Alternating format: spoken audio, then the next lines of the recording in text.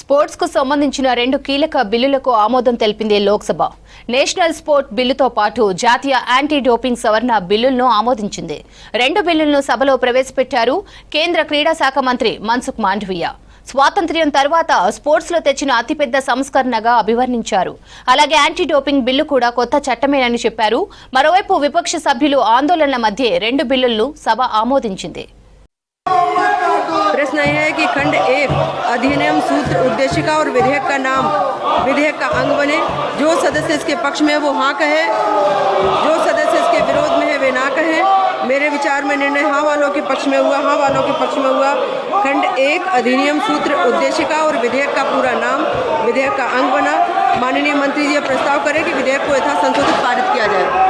विधेयक को यथा संशोधित पारित करा जाए। प्रश्न यह है कि विधेयक यथा संशोधित को पारित किया जाए।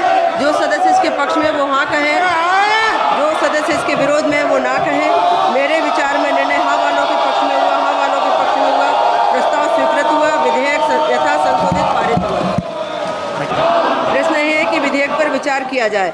जो सदस्य इसके पक्ष में वो हाँ कहे, जो सदस्य इसके विरोध में है वो ना कहे। मेरे विचार में निर्णय हाँ वालों के पक्ष में हुआ, हाँ वालों के पक्ष में हुआ। विधेयक पर विचार करने हेतु प्रस्ताव को स्वीकृत किया गया। अब सभा विधेयक पर खंडवार विचार करेगी।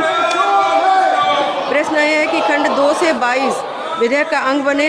जो सदस्य इसके पक्ष में है वो हाँ कहे, जो सदस्य इसके विरोध में है वे ना कहें। मेरे विचार में निर्णय हाँ वालों के पक्ष में हुआ, हाँ वालों के पक्ष में हुआ। खंड 2 से 22 विधेयक का अंग बना। खंड 1 अधिनियम सूत्र और विधेयक का पूरा नाम। प्रश्न यह है कि खंड 1 अधिनियम सूत्र और विधेयक का पूरा नाम विधेयक का अंग बने। जो सदस्य इसके पक्ष में है वो हाँ कहे, जो सदस्य इसके विरोध में है वे ना कहें। मेरे विचार में निर्णय हाँ वालों के पक्ष में हुआ, हाँ वालों के पक्ष में हुआ।